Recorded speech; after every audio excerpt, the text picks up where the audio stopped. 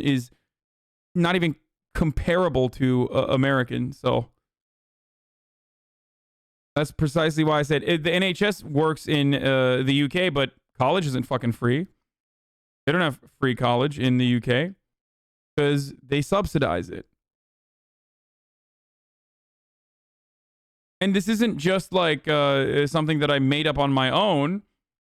This is a proposal that like universities themselves are engaging in, like NYU and I think another was it?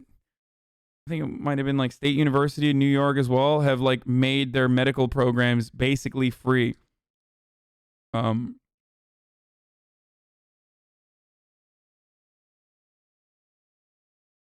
Yeah, Canadian tuition is $8,000.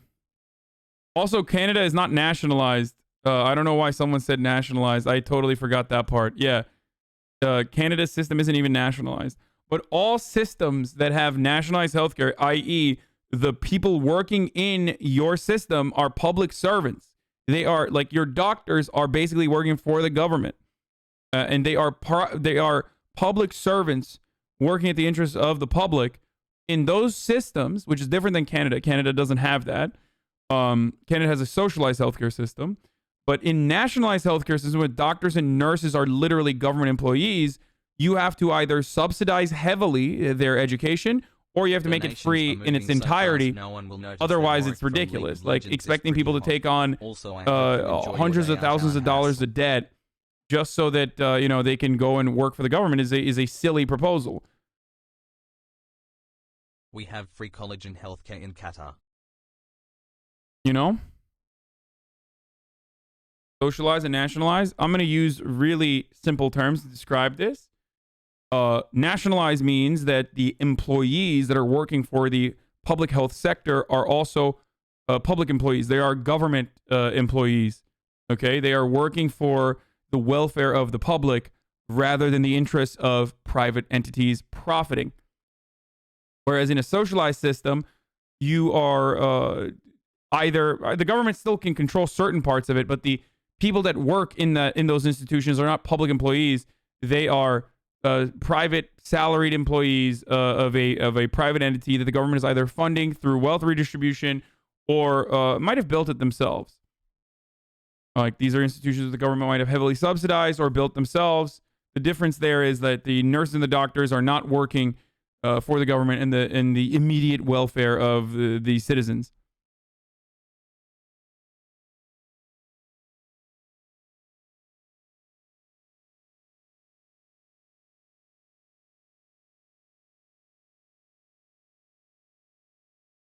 Biden says he supports the 2K stimulus. Bernie's M4A national or socialized? No, it's socialized medicine. Medicare for all is just socialized. In Canada, the hospitals are mostly private, but they're also mostly all nonprofit. Brother, what do you think America is like? So let me dispel this notion that Americans have about how hospitals are funded in the United States of America. Every single hospital in the United States of America is still funded nearly in its entirety by either the government, subsidies, taxes, but also on top of that, like literal fucking wealthy contributions and wealthy donations. Hospitals in the United States are still also private, but also nonprofit for the most part. Okay? This is something that people don't understand. People think like hospitals fucking operate as like for-profit institutions or whatever. No, like they have similar funding protocols. They're profit-based. Their incentive is to generate more profit.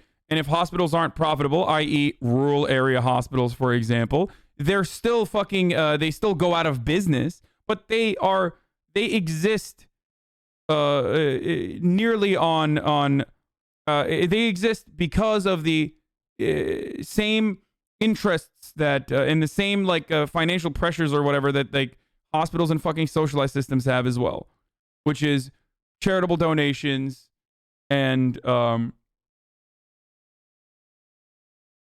charitable donations and other contributions and subsidies from the government, similar to how private and public institutions in the United States of America, colleges that are both private and public, still end up getting funded by the government.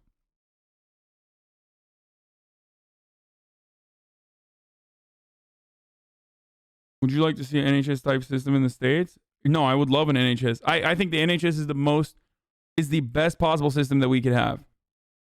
There's obvious issues with the NHS as well, but it would be significantly better. It is the best possible system that we should arrive at. That is the dream. That has always been the dream. I wish that we had an NHS.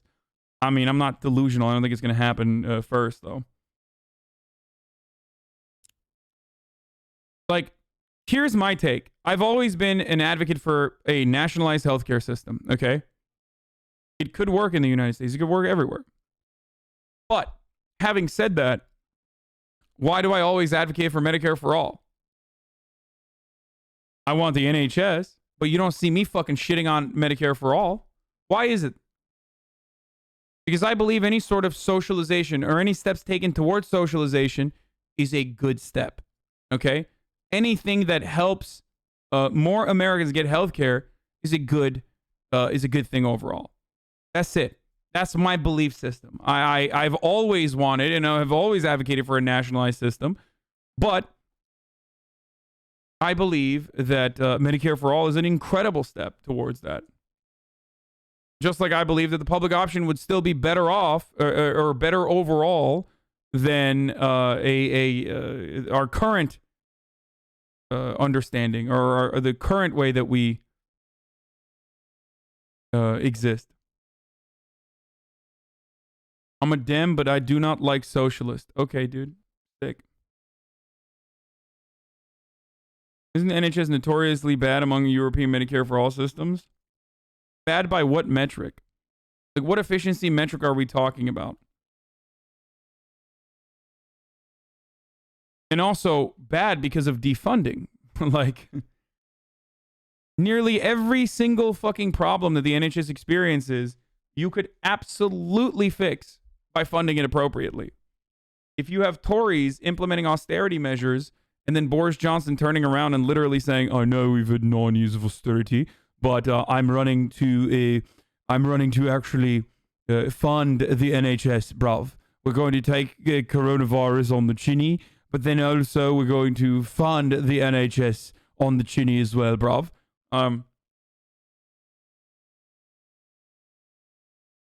Like, when you have the Tories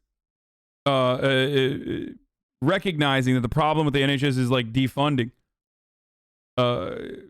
despite the fact that they are the ones who are literally advocating for austerity and defunding the NHS, you realize that that's truly the problem. Anyway, it's Boris Johnson again. Hello, good afternoon. No matter where you are in the world, it's top of the hour every hour, which is time for a 60-second ad break. And we're going to be continuing to take it on the chinny, the COVID nonsense. And also, once we're done taking it on the chinny, you can continue watching the stream uninterrupted with a broadcasting experience that is uninterrupted in nature if you were to subscribe. That's all you need to do is subscribe. You could do it for free by connecting your Amazon account to your Twitch Prime account by getting a free Twitch Prime subscription. But here is the 1-minute ad, and then after that we're going to move on to the Breonna Taylor video. Just a bit more all of all. My mom wasn't very politically aware, really don't know about M4A, and I know I can explain what's great about it, but she's finna be like, well, what are the downsides? If I say there's none, she's not gonna believe me. What do I do? Explain to her the current downsides of our current system. Oh shit, what the fuck are you doing here, bro? Radicalized myself towards leftist policies after seeing my brother's cancer treatment cost $1 mil. Hassle, love the stream. What are you doing here, Brody? Oh, cool. Olive oil. What do you say to the M4A? What do you say to the people that say the M4A is going to function similar to the VA? Again, the reason why the VA doesn't fucking function is because it's not funded appropriately. The VA is also not a the VA is also unlike any other system. Why is it unlike any other system? One, because it's nationalized, okay? And two, the VA itself, while being gutted, literally has a healthcare pool of just sick people. So, how insurance works is basically by pitting healthy people that buy into the system that don't necessarily need the healthcare against people that desperately need the healthcare itself. That's how you adjust the cost, right? That's how insurance works. However, the VA, on the other hand, has an entire pool of people that are absolutely desperate for medical treatment. You understand? They're not distributing risk appropriately because every single person is desperate for medical care. Like, literally, the lowest entry point into the VA system is still like someone with severe crippling PTSD as a consequence of their service, right? So that's the reason why you can't compare it to a regular healthcare system that is going to operate on top of a pool of insured individuals, some of which are going to be healthy and not necessarily need it, others who desperately need it. Whereas the VA has grown in size as a consequence of our endless wars, okay, with a pool of sick people that desperately need this health care over the years, while funding has not matched that need. So funding is always a problem with socialized healthcare systems or nationalized healthcare systems, but the VA one is a unique argument specifically because of who the pool of those who you need to heal are. There is no way to hedge the risk in that situation in the VA.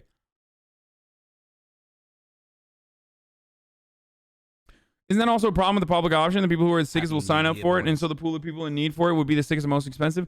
Exactly, but healthcare should not be for profit. That my argument does not revolve around like for profit healthcare, regardless. My argument revolves around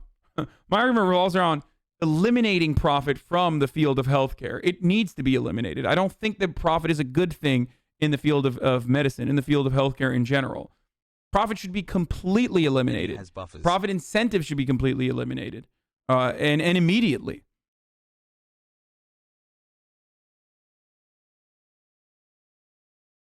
It's like the USPS. If we can understand why the USPS is not supposed to be a profitable institution and it's a necessary one for survival, then you should be able to understand the same for healthcare.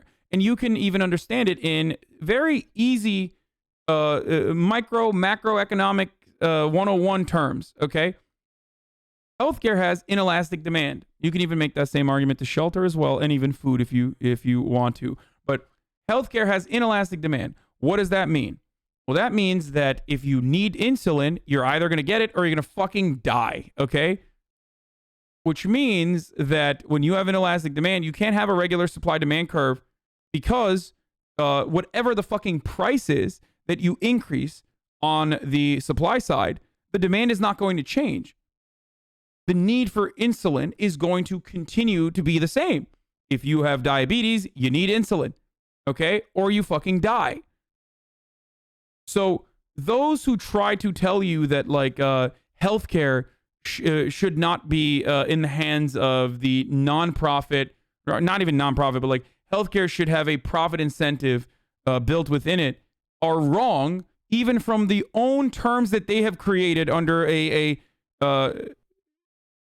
under the liberal fucking capitalist comprehension of economics. Yeah, the inelasticity is exactly where the health insurance doesn't even make sense. It's like buying rain insurance. It should be healthcare, not health insurance. Yeah.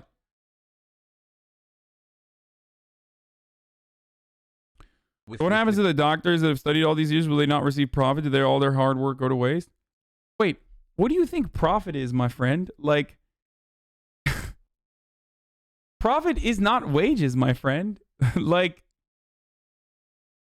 I'm not saying doctors have to work for free at gunpoint. They're still going to get wages, brother.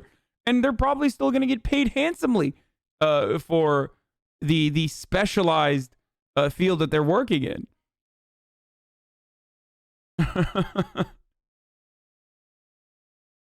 Like, do you think that all of these other comparable OECD nations that have fully functioning socialized healthcare structures and socialized healthcare systems, do you think doctors there are like working at gunpoint? Are they slaves?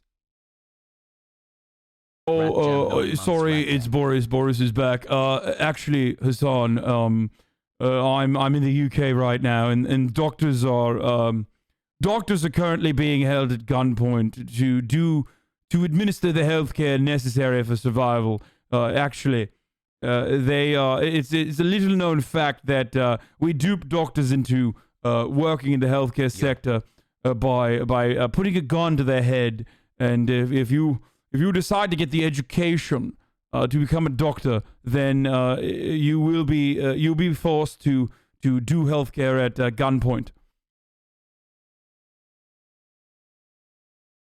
Pogo Arjan? Doctors are held at gunpoint, actually, Kappa. Amazon's been growing shit time over the years. Must mean the warehouse workers are getting paid proportionally more, right? Yep, exactly. Tell her the only real downside is we lose the current healthcare industry as it exists now, so we need those people in the new jobs industries. What?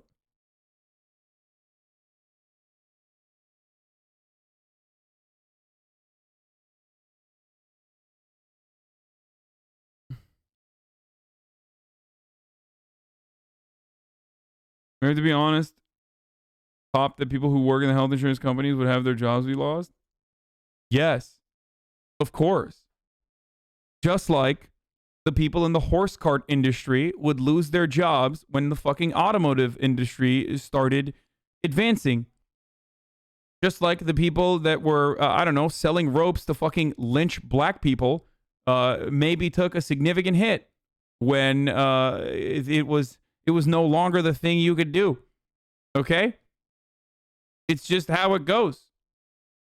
Social progress is and the well-being of our citizens, our fellow man, is more important than job loss in a specific sector.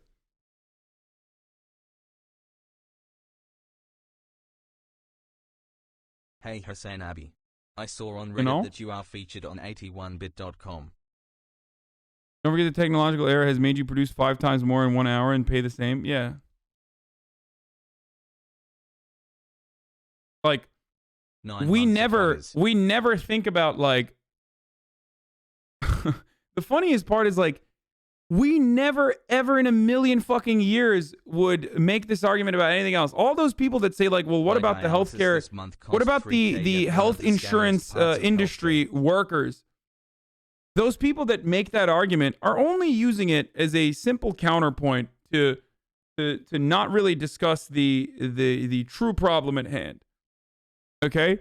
Those people don't make that fucking argument when it comes to, like, coal miners or some shit. And by the way, again, coal miners are going to lose their jobs. One, because of automation, but they were going to lose their jobs as a consequence of the environmental impact regardless. What you must do is figure out a way to find a new sector for them to work in. And hey, you know who does a really good job at that? The fucking fracking industry, okay? They go to areas that have been destroyed.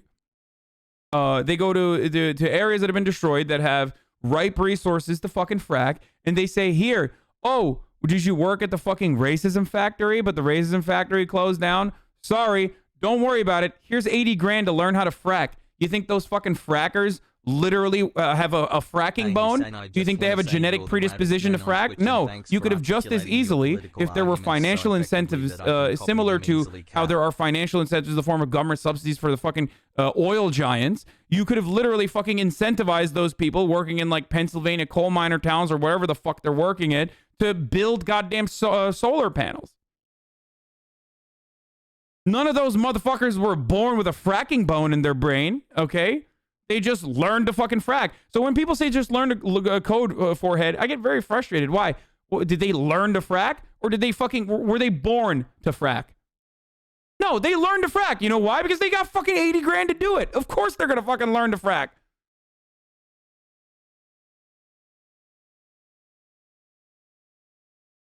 Only there was a climate change proposal that like heavily centered around jobs and offering new sectors and new job opportunities to the American working class.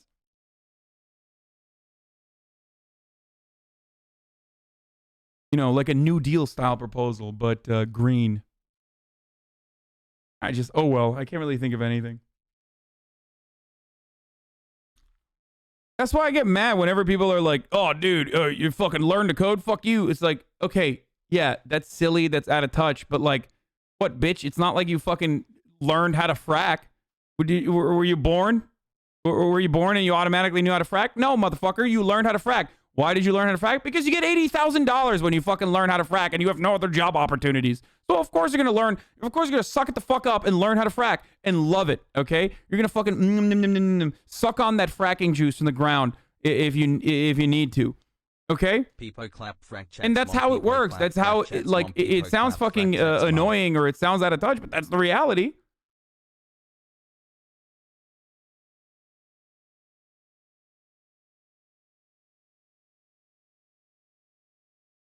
Now remember that 85% of government subsidies on energy production go to the oil industry, go to the fossil fuel industry. Just remember that, okay? Despite the fact that there are more jobs, way more availabilities in the green sector, in the renewable energy sector. I don't know. Maybe we could fucking incentivize, just like we always do with every fucking sector, but focus our efforts on renewable energy instead. But Hassan, what about the whites-only sign industry jobs?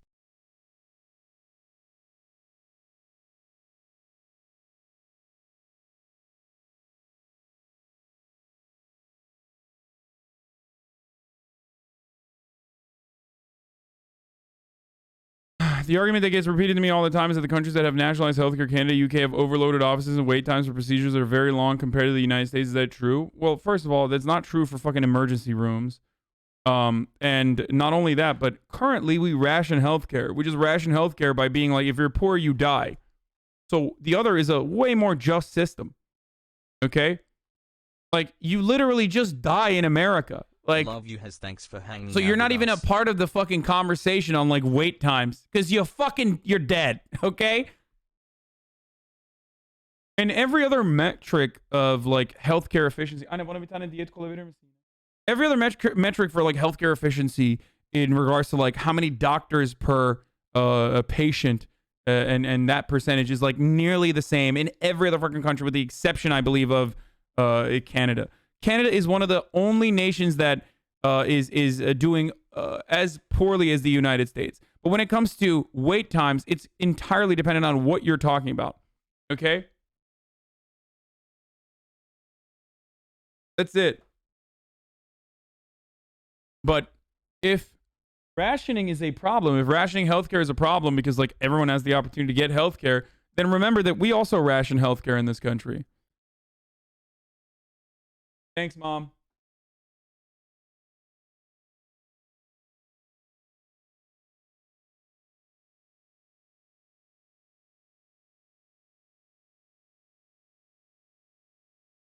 Medicare for all will just further inflate prices. We need price and wage controls before we can socialize the spending. I mean, Medicare for all literally is the most successful way of reducing healthcare prices. What are you talking about? Instead of having like, okay, one of the big problems as to why healthcare is so expensive is literally the insurance industry. If you know anything about this, you have to recognize that. Why? Because the insurance industry has no fucking dog in the fight to lower costs. The insurance industry is just a middleman. So they don't give a fuck. They don't give a fuck about like lowering prices. There's no way to collectively bargain to reduce prices. As a matter of fact, it's literally illegal in the United States to reduce to bargain prices, to bargain for pharmaceutical prices. It's literally illegal. We are the only country on the planet. We are the only country on the planet where it is not allowed to negotiate pharma prices. Do you recognize that? Do you understand that?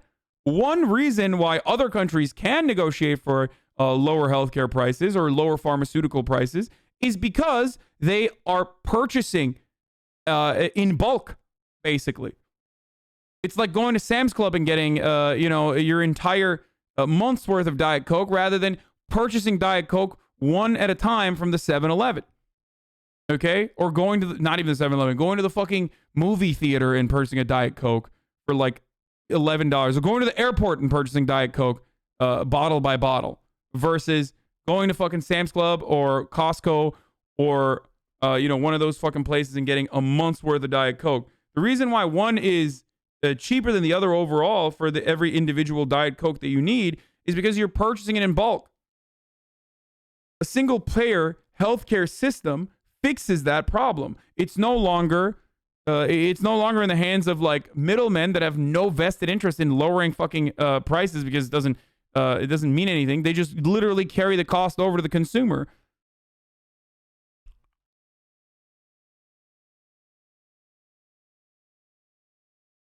What? Virtual hug.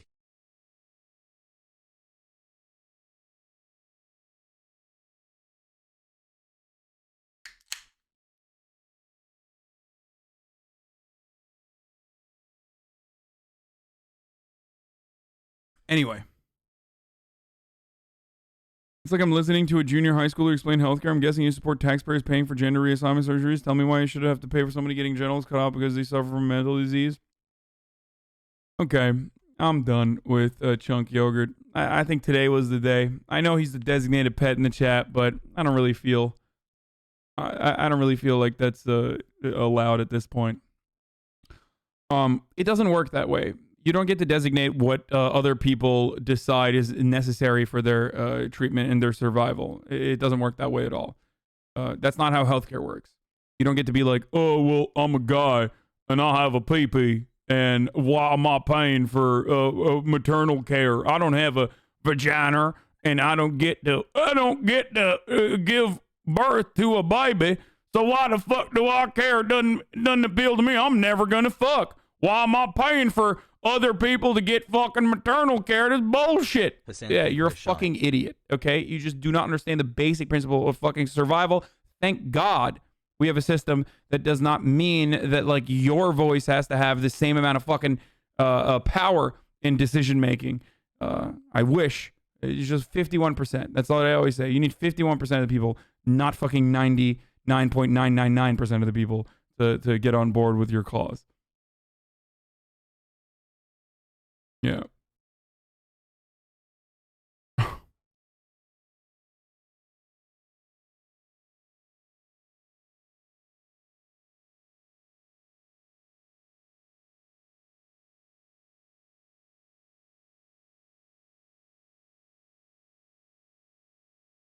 Also in Canada, the wait is due to conservative and liberal government cutting the system and austerity policies was properly funded. It would work as intended. Every single part of the socialized healthcare system is a consequence of necessary, a consequence of like defunding and austerity measures.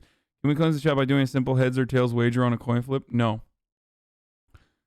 Okay. I'm moving on to the Nashville explosion, and then we're gonna talk about the Breonna Taylor. It's okay, Chat Chunk is going to a chat in upstate. Nashville. They Developments love his now in that takes there. Christmas Day bombing there. Investigators naming a suspect overnight and confirming that the man died in that blast. Now, this morning, the officers who rushed to the scene to save lives are speaking out and emotionally speaking out as well. Our Marcus Moore is there in Nashville with the very latest. Marcus, good morning to you. I also got to pee. I'll be back. TJ, good morning. We are just outside the blast zone here in Nashville. This is the closest we've been able to get all weekend. And I want you to take a look at our second camera, and you will see that building in the distance there. There are apartments and businesses in that second street, and you can see the fire alarms are still going off. The windows have been blown out.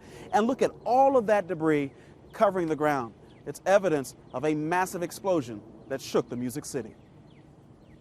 Overnight, federal agents naming a suspect in that investigation into the powerful explosion that rocked Nashville early Christmas morning. Anthony Warner is the man believed to be responsible for this horrible crime. Surveillance cameras trained on the popular downtown area captured from multiple angles this RV exploding. Police releasing this video showing a vicious fireball lighting up the sky, hurling debris across several blocks. He was present when the bomb went off, and that he perished in the bombing. Investigators also looking into Warner's psychiatric and medical history for clues and trying to determine whether the AT&T building where the RV was parked was his intended target. Multiple law enforcement sources told ABC News investigators are seriously exploring whether Warner may have been motivated, at least in part, by a paranoia over 5G cellular technology. At a home associated with Warner seen in this video, exclusively obtained by ABC News, agents can be seen carrying out bags of evidence, and nearby, more officers in tactical gear. ABC News. Brother, when I look at an act of terror that is to cause commotion being perpetrated, the first thing I look to is to make sure that if he is a terrorist or if the person has a mental disability, mental health problem, if you will. Did he have a troubled past? Now, the only way that you can figure this out, brother, is by knowing how Caucasian this person is.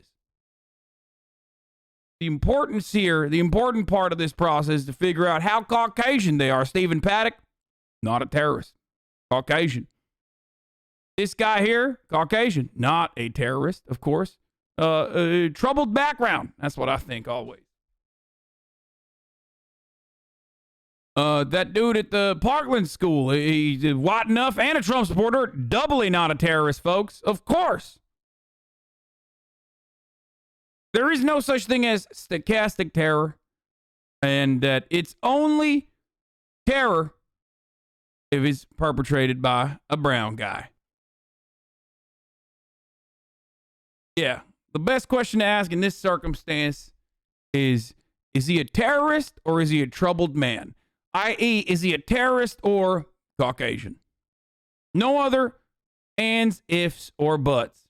News has learned through court records that Warner, who once owned and lived at the home being searched, recently transferred the deed to a woman in California. What connection that may have to the explosion is under investigation. Meanwhile, 6 Metro Nashville police officers hailed as heroes, reliving the desperate moment they rushed to evacuate families. Don't you think it's better to use terrorism less often than expanding the label? I agree. That is actually what I'm going to be talking about in a second. Once I'm done making fun of the obvious contradictions. Oh, Zernev Sarkov, or however you say his fucking last name, literally Caucasian? Yes. But he's a Muslim! Which, of course, immediately overrides being white. If you're a Muslim man, that means you're not white. You're no longer white. I mean, dude, literally. You know how many fucking people still send me messages like, you fucking muzzrat, go back to your fucking country, you piece of shit? Or you know how many fucking white people get triggered when I say, like, I'm white? Why do you think that those people get mad when I say I'm white? Why, oh, why do you think that some people get very agitated when someone who looks very white says that they're white, who has fucking pale-ass skin? I wonder why that's the reason. Because if you're Muslim, man, you're not white, brother. That's freaking white. That's white, brother. Before the blast. We spoke to a mom. She said it was a female police officer came to them. Do you remember that moment? We needed her to evacuate. She said, okay, let me get my kids. And that kind of just like put my heart up in my throat. The officers acting quickly as an eerie recording counted down to detonation. It felt like I only took 3 steps, and then the music stopped, and as I'm walking back toward Topping now, I just see orange, and then I hear a loud boom. Here's another look at one of the buildings that was damaged, people's homes and businesses left in ruins. And this investigation is not over. The FBI is still in control of the scene just behind me here as they search for answers and clues, but they still don't have a motive. And they are asking the public for help. Anyone with information, they want them to come forward as this city tries to heal. And Mary, clearly that will take some time. So, that chatter that pointed that is correct, by the way. So this is, and I tweeted about this already, but this is colloquially an act of terror. Like, this is literally what you would consider to be an act of terror. Now, do I want to increase that? Do I want to fucking... Is my argument to say, like, no, we got to start calling white people terrorists too, and that's the better way to do it? No, of course not. I'm trying to describe to you guys that terrorism is a political designation created by the fucking American government, okay? Specifically so they can justify an expansion of surveillance state powers and expansion of cruelty, okay? That's it. That is the only reason why people use terrorists as a designation. That's it. That is the only reason. That's why there is this designation between, like, you know, black and brown people being very easily considered terrorists, whereas, like, white supremacy and white supremacist acts are freedom of speech. They're protected by freedom of speech. You know, Black Panther, the Black Panther Party does not get the same level of free speech protections that the KKK does, because one's a terror organization, the other is whites. So my argument isn't necessarily to expand the definition of terror. My argument is to limit the definition of terror and all that comes along with it, and try to analyze the material conditions in which crime and even what you recognize as terrorism is created.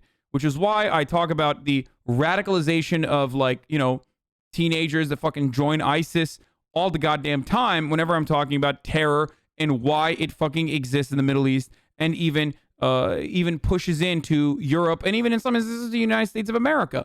Why do I always talk about the background and the material conditions that create a ripe ground for terrorist radicalization? Is it because of some fucking ideology, because of a book that they read? No, I'm not some fucking moron like Sam Harris. I obviously understand why terrorism or these sorts of acts of violence occur. Okay? Understand me? That's it. It's not happening because they read the Boogeyman book, and the Boogeyman book told them, like, oh, no, it's good to fucking blow up buildings. All right? It's because of underlying material conditions. So are they not saying it's terrorism? I think part of the reason why they're not considering, some media is not considering this to be an act of terror, despite the fact that, like, if he was Muslim, they would have fucking reached that conclusion easily and quickly and swiftly. And that's not the right thing to do, by the way. That's the wrong thing to do regardless, is because when it's a white person, they are more understanding. We do not approach white people as a monolith. And that's a good thing. It's not a bad thing that we don't approach white people as a monolith. We don't run around saying, like, all whites are pedophiles, because they are overrepresented in the pool of pedophilia. And, you know, all whites are fucking school shooters because they are overrepresented in the field of school shooting. You don't say that, because you understand that white people are by definition, the in-group, the dominating class, or the dominating identity in the identity pool in the hierarchy. That's literally what whiteness is. It is a concept built upon exclusion. And oftentimes there are more people that get accepted into the pool of whites, and therefore become a part of the dominating in pool. The only people who will never be white are black people. That's it.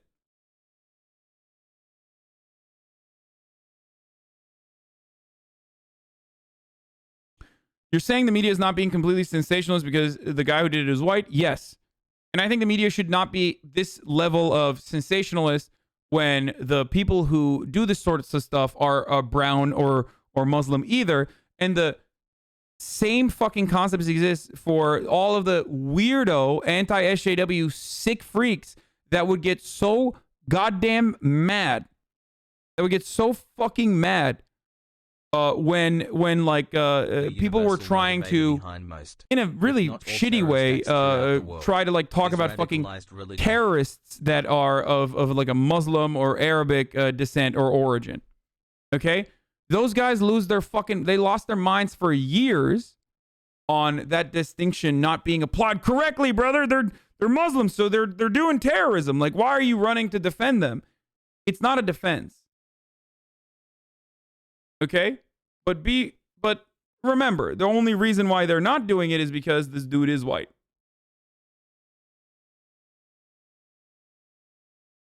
That's it.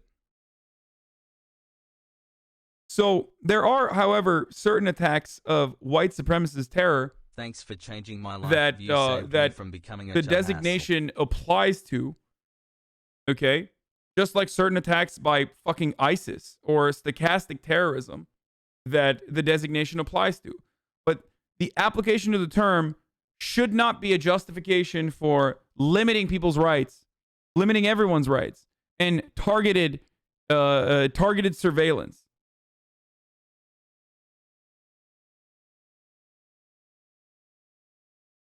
I think the wrong thing here is to want the same kind of poor treatment for white people that brown people have gotten, especially if you're a brown person yourself or a black person yourself.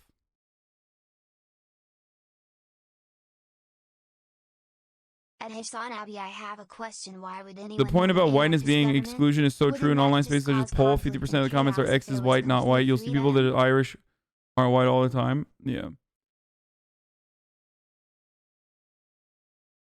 Love your content. You are the most captivating streamer I have ever watched. Hassle, hassle, hassle, hassle.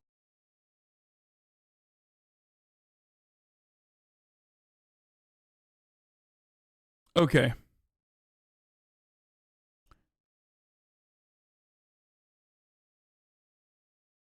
It's obvious the man did it as an attack on the local government. He did it because they probably fucked him over or something financially. I think that the placement of the RV is good. I think the placement of the RV is indicative. Why did I say good? Indicative of what his interests were. No, the good part about it is that there was only property damage and no like human casualties, with the exception of the person who died.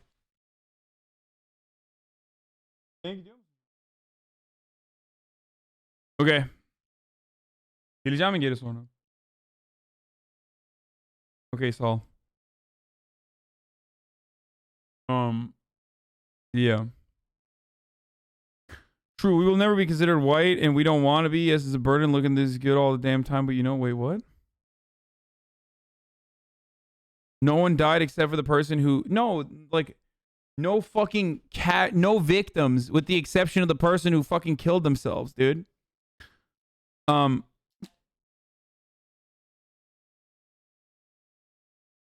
So the argument here isn't to, like, expand the surveillance state to, like, white people, but there should be surveillance powers or the same apparatus that's been, like, used in the past to fucking solve crimes or to prevent terror to some degree should absolutely be focused on white supremacy, even though it never is. Could you imagine if Ilhan Omar said Bin Laden had some good ideas? We see white terrorists as just people with different ideas.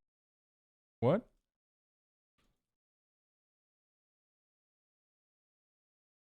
Oh, the Unabomber sent bombs to kill multiple people, yet people like Joe Rogan said he had a good manifesto. Could you imagine if Ilhan Omar said Bin Laden had some good ideas? We see white terrorists just as people with different ideas. Yeah, exactly. Yeah. No, he's right. That Dono is actually correct. Except Ilhan Omar does not think that, like, Bin Laden had good ideas, for the record.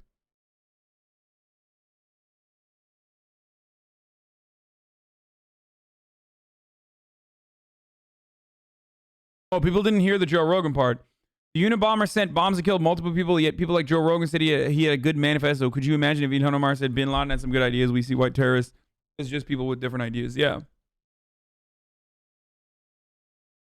I mean, think about 9/11, dude. Like, think about the way that fucking people think about the way that people fucking regard 9/11 even to this day, when there's like 9/11 happening every fucking 3 days as a consequence of COVID, but it's due to, you know, the Trump administration's incompetence, so like people don't give a fuck.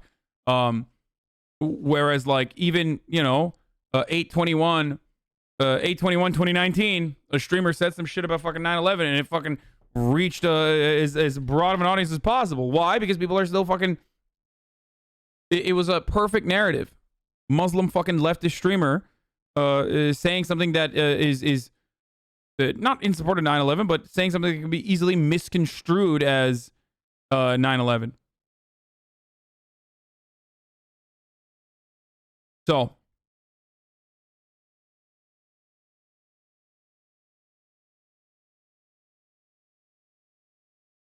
what's the difference between the designation of people groups as terroristic and people / groups as communists? I feel like their war on terror justify U.S. atrocities domestically. Oh, by the way, the purposeful designation of terrorism being wielded as a tool by institutions of power and control is so that they can necessitate imperialism. Call brown people terrorists. You say terrorists are like unique and different, actually, and very different than like other random acts of violence. So yeah, we have to fucking deal with them. We have to torture them. As long as I call you a terrorist, I can torture you. As long as I can call you a terrorist, I can extrajudicially lock you up for the rest of your fucking life in Guantanamo Bay. As long as I can call you a terrorist, I can justify going to your home, okay, and fucking killing your family. And this is very real. This is the real reason why when you say terrorist, no one fucking thinks of like white people. They think of fucking brown people and Muslims specifically. Okay? That's it. 20 months. Love you, chat. Hassel has buff, Hassel has comrade.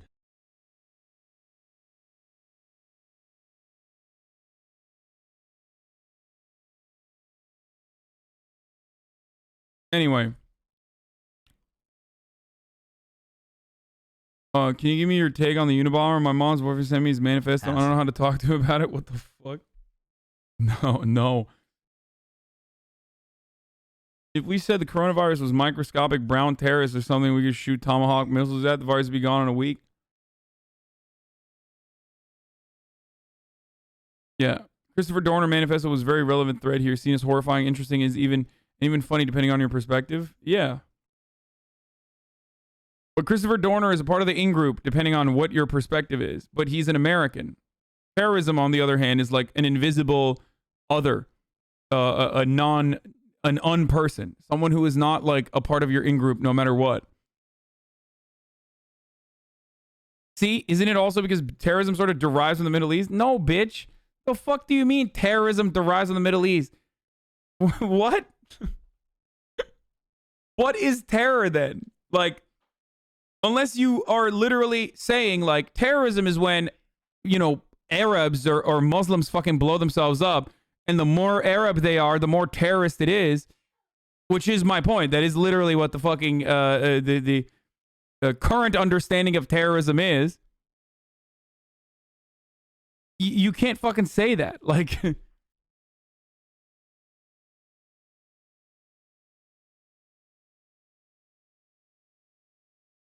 reason why you have weekends is a consequence of terrorism.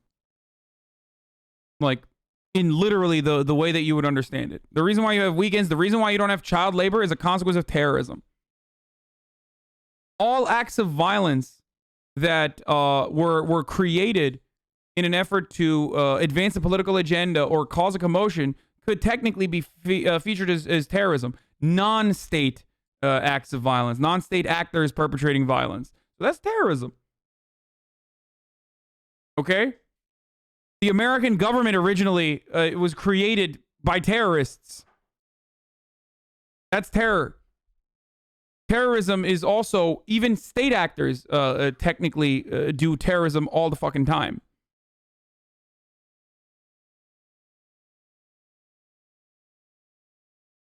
You attribute in-group to country or race, but it's literally just ideology. No, ideology is a factor as well. The ALF are a terrorist organization despite being mostly white and American because of their ideology. Certainly. Ideology is a factor in it as well. But that's why I said, like, when you're Muslim, it's you're automatic terrorist and you're automatically non-white. There are certain instances where your ideology is immediately more important in your distinction or designation as a terrorist. Of course, Bao Bao brings up the Animal Liberation Front, by the way. You fucking terrorist. Thanks for all the You know, I was gonna wear the vegan shirt today, but I was like, I'm not gonna do that. It's gonna trigger the fuck out of vegans when I'm eating chicken tendies later. Like the Vegans Against Anti-Fascism shirt. Had to give my monthly Bezos money to the best Twitch streamer. Thanks, man.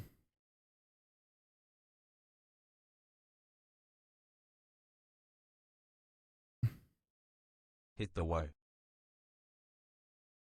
There's no such thing as Islamic extremism. The Taliban and ISIS have less to do with religious fundamentalism than anti-imperialism.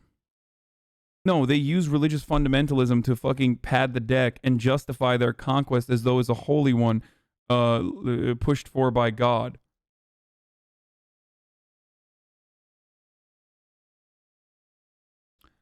Whenever a white person doesn't act to terror, the media is like mental illness, yet they don't do shit about actually helping people with mental illness. Of course not.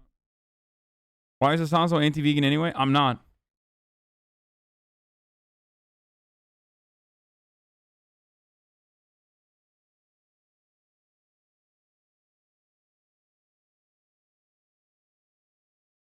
Thank you, Delmer9713.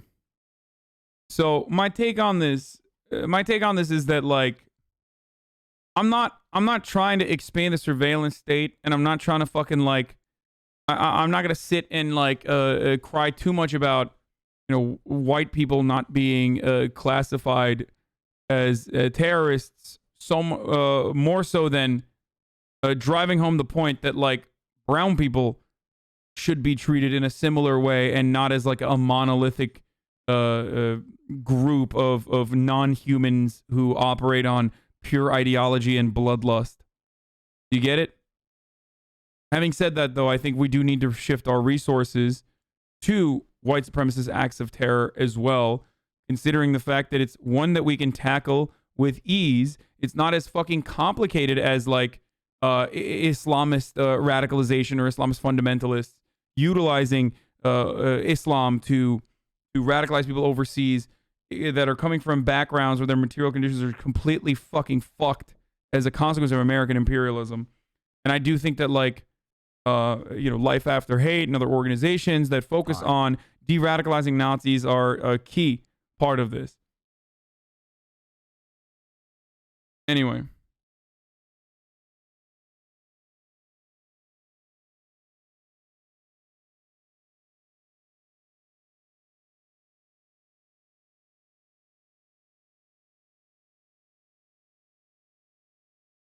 How old are you? This is funny. It's like that twats at uni that now work for Corpse. What? I don't know what you're saying. Dollars. Oh, the House is currently voting on the $2,000 stimulus check. Wanted to help essential workers.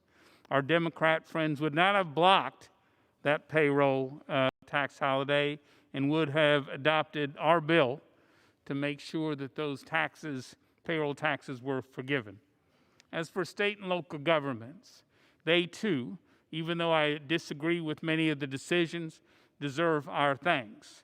And thankfully, because this was the most rapid labor market recovery following a crisis in history, and we recovered more than half the jobs we've lost.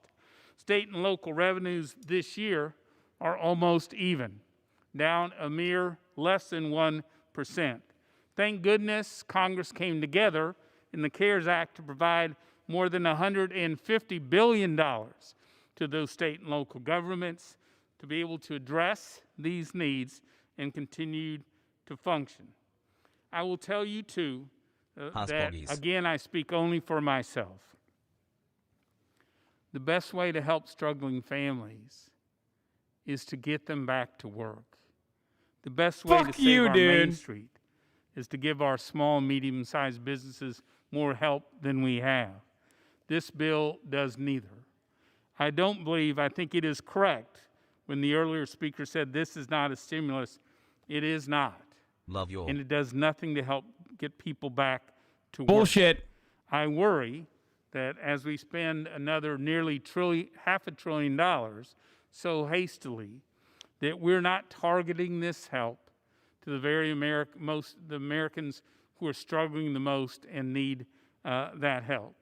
I will also point out that, as I said earlier, Congress has come together to provide a family of 4 with one unemployed parent now just a little short of $40,000 of federal money in their traditional state unemployment because we knew they were struggling. Now is the time to get them back to work. That is my personal objection to this bill. I urge Congress. This bill doesn't get them back to work. A bill that's supposed to make it easier for them not to get back to work doesn't get them back to work, so that I object to it. You fucking slave. You fucking peasant slave fuck. Get back to fucking work. Shut the fuck up. You do not deserve $2,000. That's what he's saying. Let me translate it for you, okay? Let me translate it away from old white guy politician language. You fucking slave. You do not deserve $2,000. Get the fuck back to work. I am, of course, not going to vote for this. You don't deserve $2,000. Thank you. In the tax package as well. A series of compromised measures. He did a terrific job, I think it's fair to say, on surprise billing. And not to mention USMCA. Those were Kevin Brady, the top Republican on Ways and Means, out against the 2,000 check that Trump and Pelosi are pushing. Trump is pushing for it, too. Oh, shit. Remember. Congress. He mentioned that, as he was closing, he mentioned that this measure he did not want to see treated as stimulus, and he's right. This is not about stimulus. This is about stability. This is about building a bridge for those people who are really hurting as we turn the page on this year. This is about those who are wondering how they're going to make the next rental payment, sustenance for the American family, how they might repair that automobile that sits in the garage idle because they couldn't afford it. That's what this is really about this evening. I started with Charles Dickens and A Christmas Carol and the lessons of Jacob Marley. But let me conclude with a very simple description in the epic America. When asked what it was that set America apart from the rest of the world, it was suggested it was a habit of the heart, a kindness and a decency and a goodness. And let me close the debate on that basis and urge passage of the Cash Act and $2,000 for the American people. I yield back my time. The gentleman from Massachusetts yields back his time. The question is, will the House suspend the rules and pass the bill H.R. 9051? Those in favor say aye. Those opposed, no. No. In the opinion of the chair, 2/3 being in the affirmative, purposes of the gentleman from Texas rise. Madam Speaker, on behalf of the conference, I ask for the yeas and nays. Pursuant to Section 3 of House Resolution 965, the yeas and nays are ordered. Pursuant to Clause 8 of Rule 30, Rule 20, further proceedings on this question are postponed.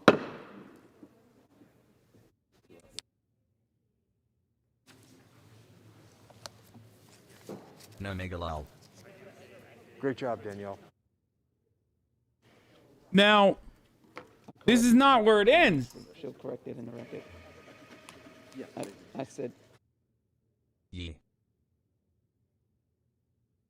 America's given more aid than almost every other country on average, 6,500 versus 2,400 in the EU. Stop comparing the unemployment aid to our stimulus checks. We gave 2,400 per month in unemployment. Bezos bucks. Wait. Are you fucking dumb? Did you hear me criticize unemployment insurance or the size of the unemployment insurance? How much have I've spent a fuckload of... No, I've literally spent a sizable amount of my time pushing back against people that have criticized unemployment insurance for the size of it alone. The reason why the unemployment insurance has been awful for many people who are unemployed is because the system is designed to be broken, and the system is already crippled and underfunded, even in times when there isn't additional need. Okay? But $600 in extra fucking spending, or $600 in unemployment insurance a week was excellent. Better than every other fucking comparable OECD nation. I've said that from the jump. And not only have I said that from the jump, I've also literally fucking talked about how that was a part of the reason why poverty rates lowered in the first month of the fucking pandemic. Because shocking, but hey, retail spending and spending in general goes up and poverty goes down when you give people fucking money. The problem is we don't have a federal fucking unemployment insurance